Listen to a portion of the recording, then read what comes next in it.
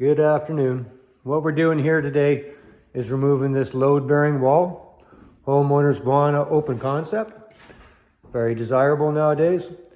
So we're going to have a post running up along this plumbing line here, and we're going to get another post equal size out over there and put a nice big thick beam across the top here, and then remove the rest in the middle. So in order to do that, we've already built a temporary supporting wall on this side to carry the load of the second level. And then we're just going to have to start doing some work into the floor joist here to support this new load. So we'll show you how that gets built later on. Good morning. As you can see, we sourced the LVLs for the beam. And we have the 2x10s for either side of the cripples, double ply. Now we'll just go down into the basement where we're going to see the supports are going to be in rest on. Now we have a load-bearing wall in the basement, which is directly underneath where we're planning to put the next sets of supports. So we've already opened up the airway. We can see that we have a beam up here.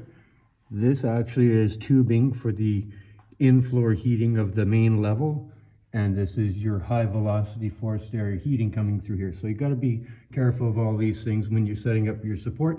But next we'll start removing the material from this spot and over at the next support, which is on this side of the basement too, and we've already opened that up, and we'll show you from the top side as we open it up.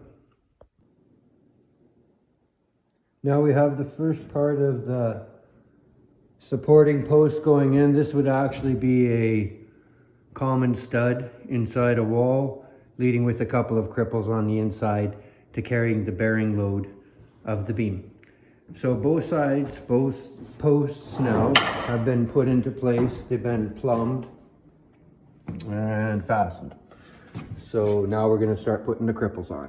Fastened up with the TGI on the inside there, and at the bottom inside there. And on the other side it was in the same fashion, where you have it at the top is attached to an LVL that's up there, and at the bottom to our LVL down there that we put in earlier.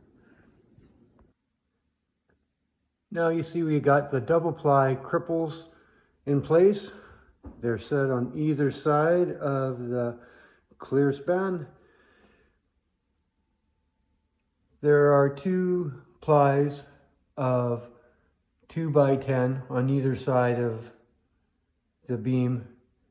The double ply is the required bearing for a beam. You need to have 3 inches of bearing for a beam and 1.5 inches bearing at the end of a joist.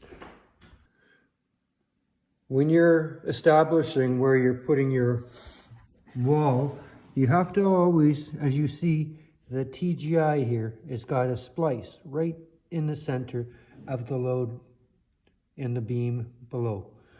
And when you look up above on the existing load-bearing wall, you have to ensure that you're not going with a TGI that extends from one side of the house to the middle, and the same coming from the other side to the middle, where the main bearing point is in the middle.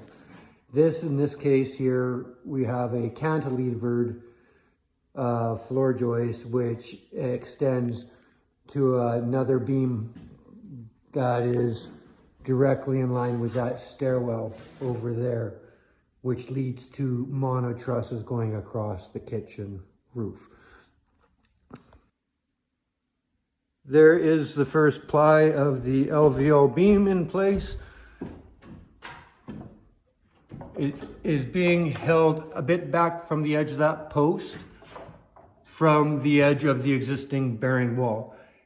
This bearing wall was built with 2 layers of 2x4. So we'll take the first one down and put the rest of the beams in place, and then proceed with taking the rest of the wall down.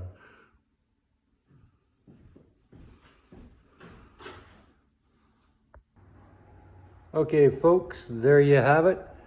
You have all the layers of the LVLs, 4 of them put together, PL 400 in between each layer, fastened together with 3.5-inch nails every 16 inches, 5 of them in a row.